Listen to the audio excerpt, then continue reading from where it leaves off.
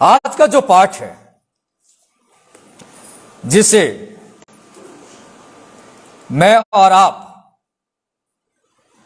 आज अध्ययन करेंगे वह यूहन्ना रचित सुसमाचार 12वां अध्याय में पाया जाता है। आज के दिन को विजय प्रवेश के रूप में, यीशु का विजय प्रवेश के रूप में याद किया जाता है। Triumphal entry of Christ into Jerusalem, यरूशलेम में विजय प्रवेश। जब आप इस पाठ को पढ़ते हैं तब आपको समझना बहुत जरूरी है कि यीशु मसीह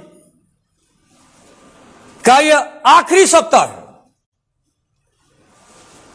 संडे के दिन यरूशलेम में एंट्री मारते हैं और फ्राइडे को यीशु को क्रूस काट पे चढ़ा दिया जाता है।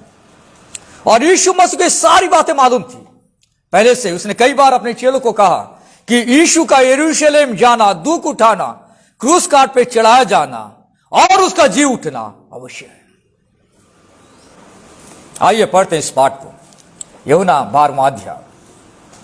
दूसरे दिन बहुत से लोगों ने जो पर्वों में आए थे यह सुना कि यीशु यरूशलेम में आ रहा है,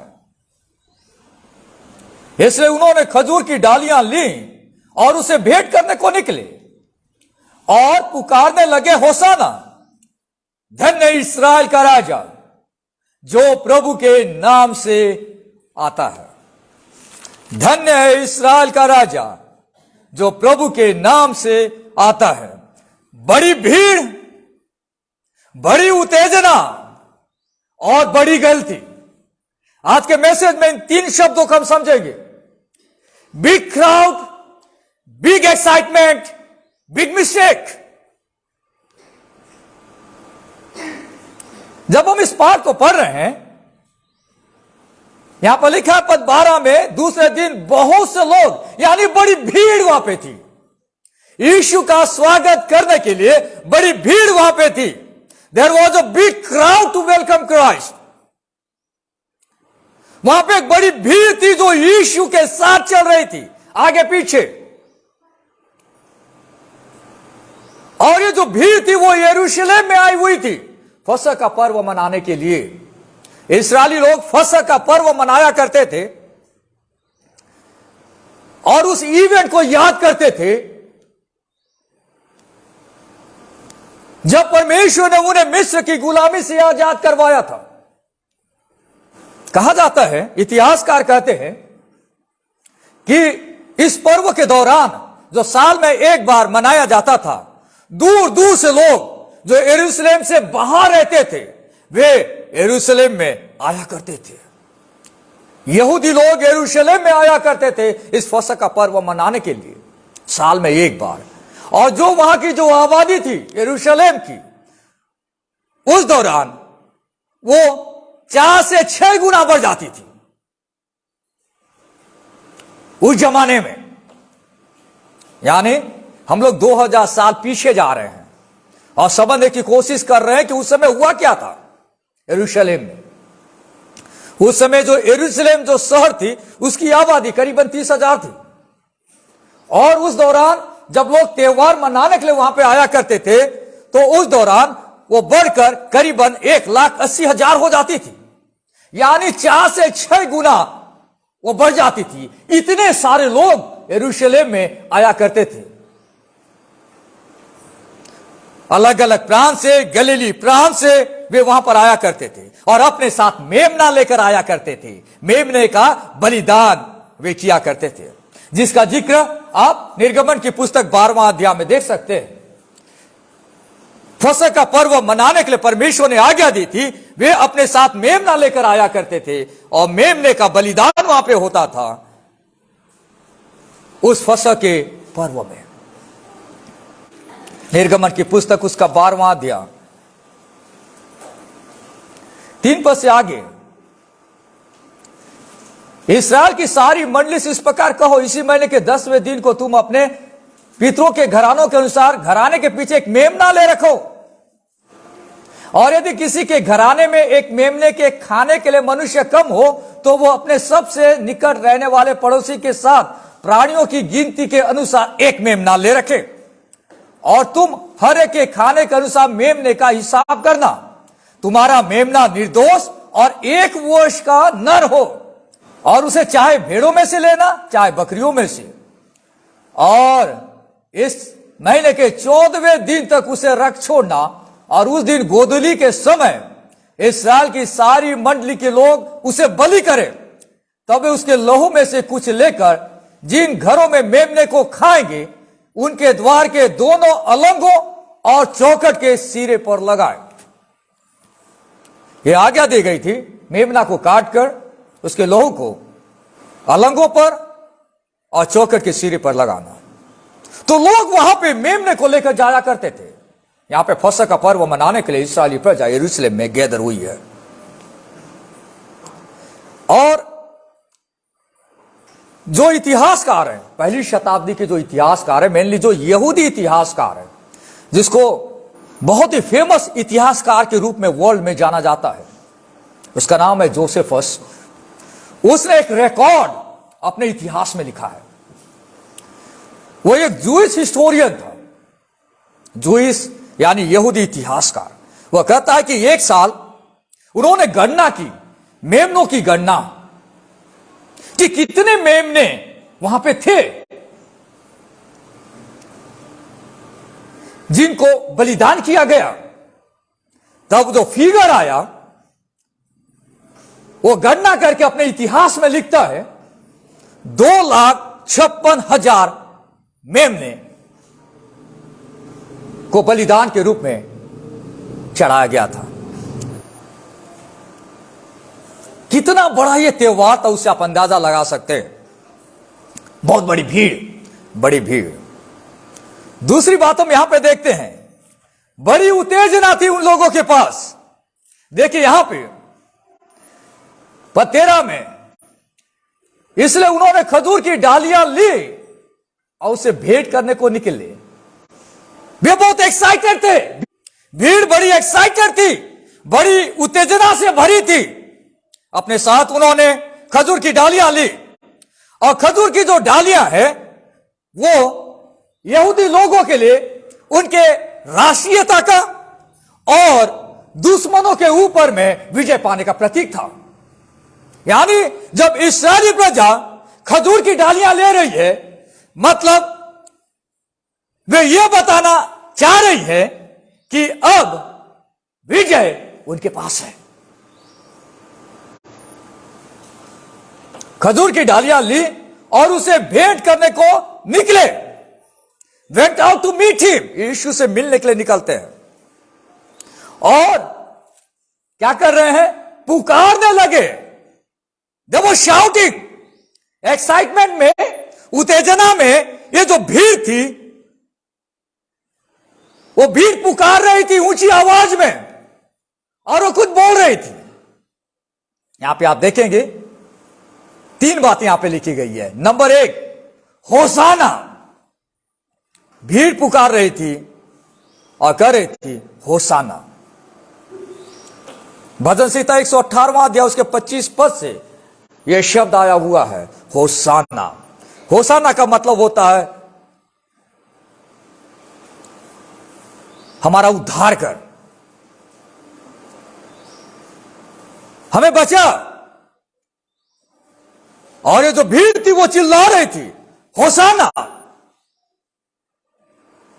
और आगे जाकर यह शब्द एक स्तुति की आवाज बन गई। लोग यीशु की स्तुति करने लगे। दूसरी बात, वे क्या कह रहे थे? धन्य है इस्राएल का राजा, धन्य है वह जो प्रभु के नाम से आता है। Blessed is the coming one. वो लोग कह रहे थे धन्य है वह जो प्रभु के नाम से आता है, प्रभु के नाम से आता है। पब्लिक जान रही थी कि जो आने वाला है, जो आने वाला जो मसीह है, जिसकी भविष्यवाणी पुराने नियम में की गई है, वो अब आ गया है, और वो यीशु है। इसे मैसियानिक टाइटल कहा जाता है, यानी मसीह के लिए इस्तेमाल किया गया शब्द। द कमिंग वर्ड, आने वाला। यूहन्ना 11 उसका 27 पद में भी आप देखेंगे, उसने उससे कहा, हां हे प्रभु, मैं विश्वास करती हूं कि परमेश्वर का पुत्र मसीह जो जगत में आने वाला था वो तू है। मसीह जो आने वाला था, यानी वे जान गए कि जो आने वाला था, जिसका जिक्र भजन संहिता की पुस्तक 118वां अध्याय में किया गया है, वो आ गया है। वो यीशु है, वो यीशु है, कमिंग वन। और दूसरा लिखा है वो इस्राएल का राजा है, इस्राएल को बचाने के लिए वो आने वाला है। वे कह रहे थे, धन्य है वह, धन्य है वह, यानी परमेश्वर यीशु के लिए अच्छा है। परमेश्वर का फेवर यीशु के ऊपर में बना हुआ है। बड़ी भीड़, बड़ी उत्तेजना उनके पास थी, पर यहां पे हम देखते हैं एक बड़ी गलती, big mistake of the crowd. भीड़ की एक बहुत बड़ी गलती। गलती क्या थी? उन्होंने यीशु का स्वागत किया, उन्होंने यीशु की तारीफ की, यीशु के लिए होसाना के नारे लगाए, पर वे जान नहीं सके कि वो यीशु कौन है। कई बार हम यीशु के लिए गाना गा सकते हैं, यीशु के लिए कुछ काम कर सकते हैं, बट हम यीशु कौन है उसको नहीं जानते। ये थी बड़ी गलती भीड़ की। शब्द उनके अच्छे थे, पर कारण गलत था।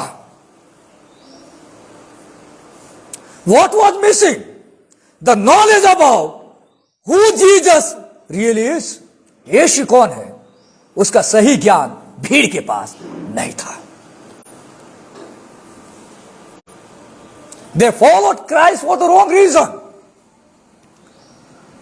यद्यपि उनके पास शब्द अच्छे थे, यीशु की उन्होंने तारीफ की, पर वे कारण जिसके लिए वे आए हुए थे वो कारण गलत था। क्या था? वे अपने सेल्फ इंटरेस्ट को देखकर यीशु के पास आए हुए थे। ये जो भीड़ थी अपने स्वार्थ के लिए यीशु के पास आई हुई थी, क्योंकि उस समय इस्राएली प्रजा रोम के सरकार की गुलाम थी और इस्राएली लोग चाह रहे थे कि कोई तो ऐसा व्यक्ति आए जो उन्हें रोम की गुलामी से आजाद कराए। इसलिए इस्राएली प्रजा यीशु को राजा के रूप में वेलकम कर रही है, यह सोचकर कि यीशु मसीह हमें रोम की गुलामी से आजादी देगा। They were looking for political freedom.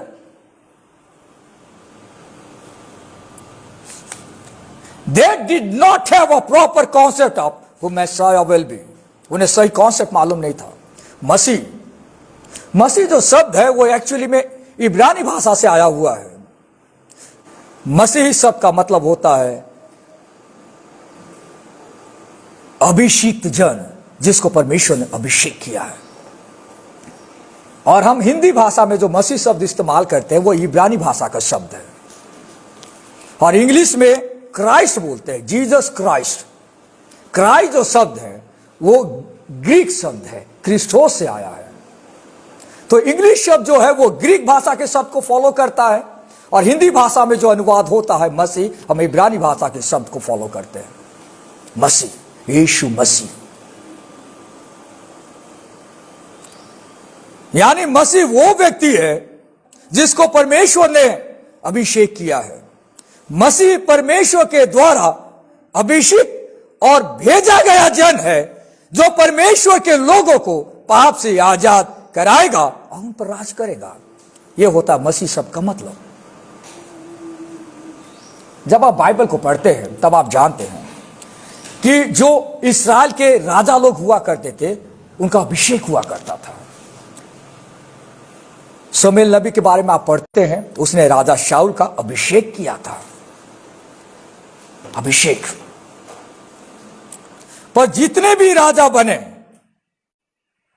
कहीं न कहीं वे परमेश्वर की आज्ञा को तोड़कर पापी ठहरे।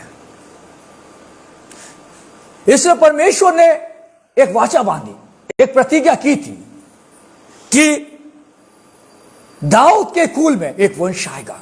दाऊद एक राजा था, दाऊद के कुल में एक वंश आएगा जिसके जरिए इस्राएल पर राज किया जाएगा और वह दुश्मनों को कंप्लीटली वाइप आउट करेगा और उसका राज्य धार्मिकता का राज्य और न्याय का राज्य होगा। जो पहली शताब्दी के जो यहूदी लोग थे वे मसीह को, वे यीशु को राजनीतिक पहलू से देख रहे थे, एक राजा के रूप में वे लोग देख रहे थे,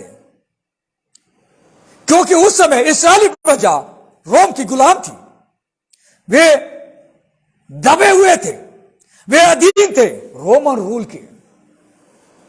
इसलिए वे पॉलिटिकल एस्पेक्ट को समझ रहे थे, राजनीतिक पहलू को ध्यान में रखकर यीशु को राजा करके संबोधित कर रहे थे। यह उनकी बड़ी भूल थी, यह उनकी बड़ी भूल थी।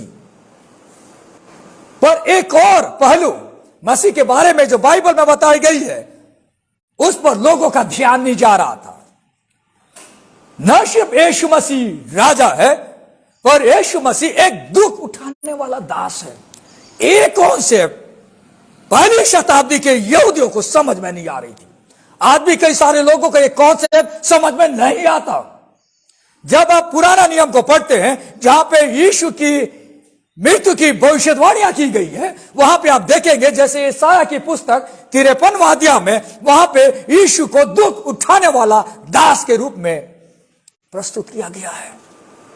यीशु मसीह इस संसार में एक दुख उठाने वाला दास के रूप में आएगा। वो लोगों के पाप को अपने ऊपर में उठा लेगा और वो उनके लिए मर जाएगा और वो उन्हें पाप की गुलामी से आजाद करवाएगा। सबसे बड़ा दुश्मन पाप है और वो पाप से अपनी प्रजा को बचाएगा। पर यहां पे इस्राएली सोच रहे थे कि रोम की सरकार से यीशु मसीह उन्हें बचाएगा। बड़ी भूल हो रही है। वर्ड सही इस्तेमाल कर रहे हैं, होसाना बोल रहे हैं, यीशु के नाम की जय जयकार कर रहे हैं, बड़ी भीड़ है, पर जय जयकार करने के पीछे जो मनसा है, उसके पीछे जो सोच है वो सही नहीं है। Wrong reason to follow Christ. ध्यान से सुनिए, सिर्फ अल्पकालिक लाभ के लिए आप यीशु के पीछे न चले, क्योंकि कभी जैसा आप सोचते हैं वैसा न होने पर आप निराश होंगे और विश्वास से भटक जाएंगे। आज का एक बड़ा मैसेज, एक एप्लीकेशन मेरे और आपके लिए। Don't follow Jesus only because of the temporal benefits you think he might provide for you. इस्राएली प्रजा अपने बेनिफिट के लिए यीशु के पास जा रही थी, अपने लाभ के लिए, क्योंकि उन्हें पॉलिटिकल फ्रीडम चाहिए था और कोई और व्यक्ति इस्राएल में नहीं था जो इस्राएल को रोम की गुलामी से आजाद करा सके। इसलिए वे कह रहे थे तो इस्राएल का राजा है। भीड़ और चेले बड़े एक्साइटेड थे कि अब उनके सामने एक बड़ा हीरो आ रहा है, मिलिट्री हीरो, जो उन्हें रोम की गुलामी से आजाद कराएगा। रोड में बड़ी भीड़ जमा हो रही है यीशु का वेलकम करने के लिए और होप कर रही है कि अब उनके पास एक पॉलिटिकल किंग आ रहा है जो रोम की सत्ता को उखाड़कर इस देश से बाहर फेंक देगा।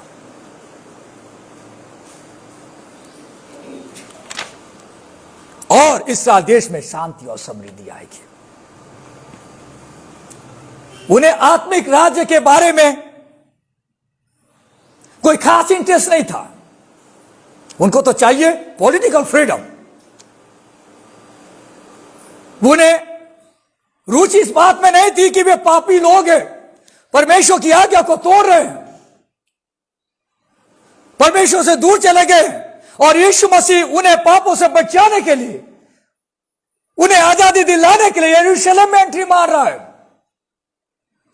जिससे उन्हें पापों से आजादी मिले और वो उनके हृदय का राजा और प्रभु बन जाए। इस प्रकार की बातों में इस्राएली लोगों का इंटरेस्ट नहीं था। ये जो बड़ी भीड़ थी, उस भीड़ में बहुत सारे लोग जो थे वे सिर्फ अपने फायदे के लिए, अपने लाभ के लिए यीशु के पीछे चल रहे थे कि यीशु मसीह उनके जीवन में कुछ करेगा जिससे उनके जीवन में शांति और समृद्धि आएगी, इस्राएल देश में शांति और समृद्धि आएगी। उस समय के जैसे आज भी एक बहुत बड़ी भीड़, ये भीड़ जो उस समय के भीड़ से कहीं ज्यादा है, वे भी यीशु के पीछे चलना तो चाह रहे हैं, पर सिर्फ अपने टेम्परल बेनिफिट्स के लिए। आज दुनिया में लाखों और करोड़ों लोग यीशु के पीछे क्यों चलना चाहते हैं? सिर्फ बेनिफिट के लिए, सिर्फ लाभ के लिए, वो भी ऐसे लाभ जो अल्पकालिक है। वे यीशु के पीछे आते हैं, कहते हैं कि यीशु तू राजा है, यीशु को दंडवत करते हैं, यीशु के नाम से प्रार्थना कराने के लिए आते हैं। क्यों? क्योंकि उनके लाइफ में शांति आए, उनके लाइफ में समृद्धि आए, उनके घर में जो काम रुके हैं वो काम पूरा हो जाए, उनके घर में कोई बीमार है वो अच्छा हो जाए। पर लोगों का इंटरेस्ट इसमें नहीं है कि इन सबसे बढ़कर हम जो पाप के गुलाम हैं और मरने के बाद हम आग की झील में हमेशा के लिए डाल दे जाएंगे, पहले उसका कुछ उपाय निकालें। ऐसा सोचकर बहुत कम लोग यीशु के पास आते हैं। सेम केस तो फर्स्ट सेंचुरी में था। आर्थिक समृद्धि, फाइनेंशियल प्रॉस्पेरिटी के लिए बहुत सारे लोग चर्च आना पसंद करते हैं। पता चला कि वे लोग कर्जे में डूबे हैं, चर्च जाएंगे, प्रार्थना कराएंगे तो हमारा कर्जा जल्दी से चुकता हो जाएगा। कई लोग बीमार हैं, अच्छी सेहत चाहिए, वे यीशु के पास आना चाहते हैं कि यीशु मसीह उन्हें फिजिकल हीलिंग प्रदान करे। आप जानते हैं, जब आप इस पाठ को पढ़ेंगे, इस घटने में लाजर जो था, जिसको प्रभु यीशु ने जिंदा किया था, लोग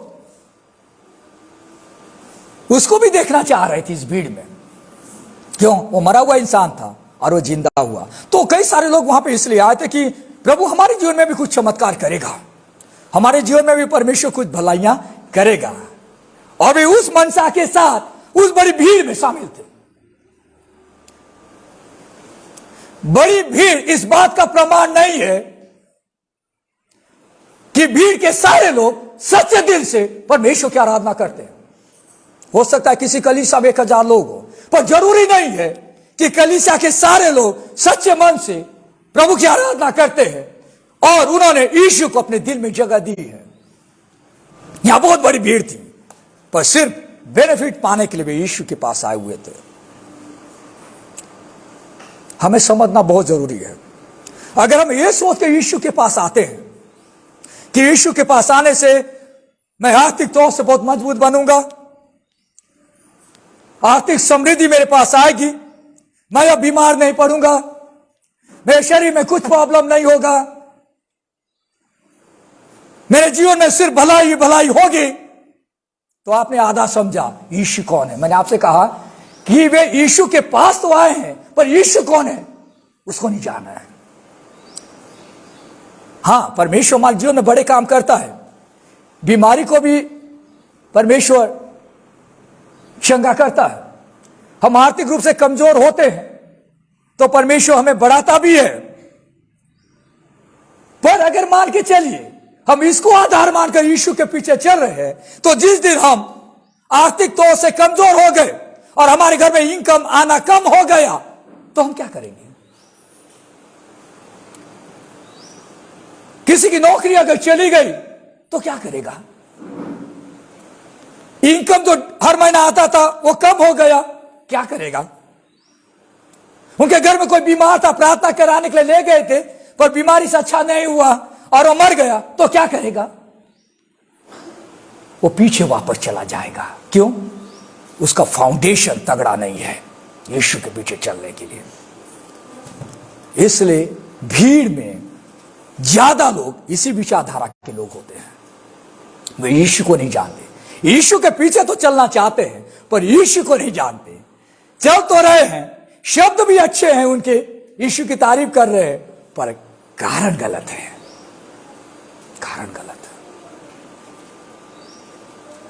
आज दुनिया में बहुत सारे लोग इस प्रकार की शिक्षा देने वाले लोग हैं कि आप यीशु को मानेंगे, आपकी पूरी समस्या खत्म हो गई, अब आप बीमार पड़ने वाले नहीं हैं। तब लोगों को लगता है कि नहीं, उसने मेरे लिए बोला था कि मैं अपने बिजनेस में बहुत प्रॉस्पर होने वाला हूं, 1 साल के अंदर में। हो सकता है कि कुछ पैसे आपके बढ़ गए, नहीं, उसने बोला है कि और ज्यादा होगा।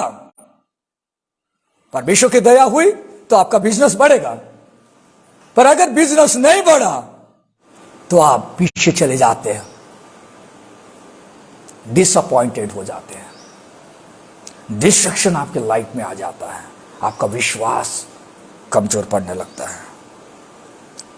हम यीशु के पीछे इसलिए जाते हैं कि यीशु मसीह है, परमेश्वर का अभिषिक्त जन है, जो दुनिया में इसलिए भेजा गया कि वो हमारे पापों के लिए बलिदान हो सके, और उस यीशु पे विश्वास करने के द्वारा मैं बच गया हूं